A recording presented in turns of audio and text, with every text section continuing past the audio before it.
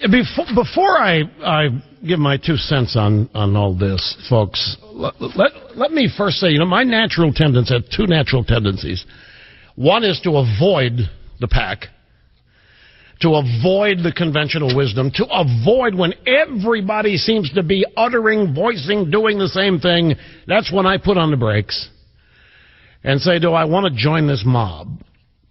And I also have as you well know, a tendency to want to support conservatives who come under fire. It doesn't happen enough. The Democrats circle the wagons around their people. We circle the firing squad. It's what we do. And I think I understand exactly what happened here. All these people who say they don't know what Akin was saying, they don't know what he was trying to say. I think I know exactly what he was trying to say. I think I know exactly what happened here.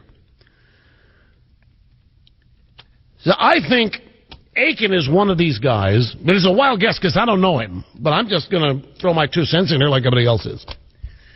There are people who hang around only like-minded people.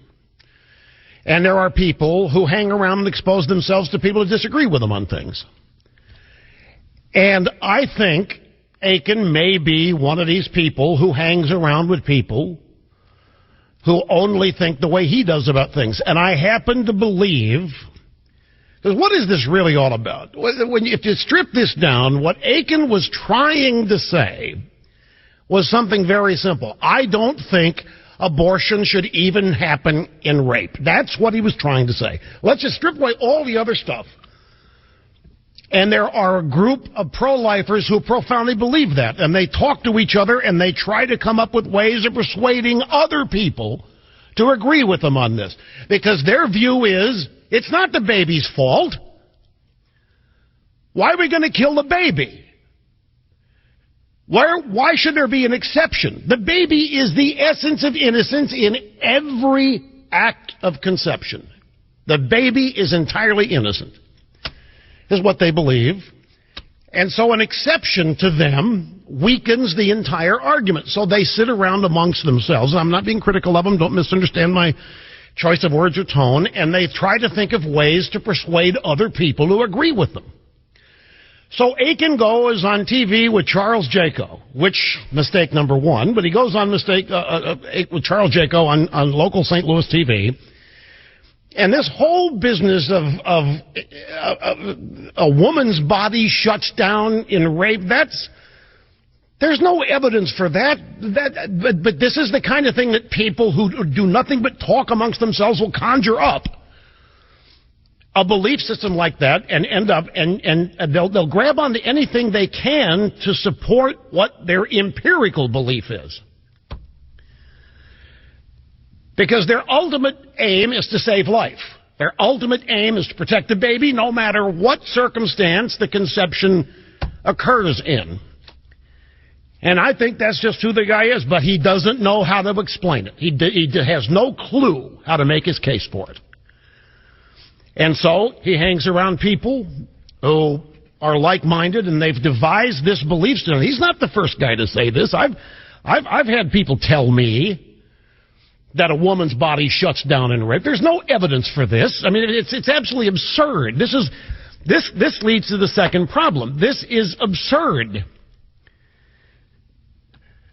That belief that a woman's body shuts down, and the whole notion of legitimate, illegitimate rape,